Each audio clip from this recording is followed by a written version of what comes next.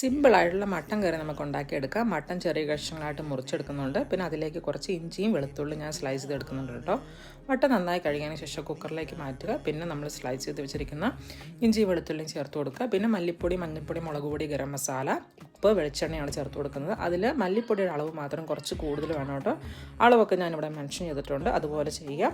അതിനുശേഷം നന്നായിട്ട് ഇളക്കി യോജിപ്പിച്ചിട്ട് ഒരു അരമണിക്കൂർ തൊട്ട് 1 മണിക്കൂർ റെസ്റ്റ് ചെയ്യാൻ വേണ്ടി വയ്ക്കുക.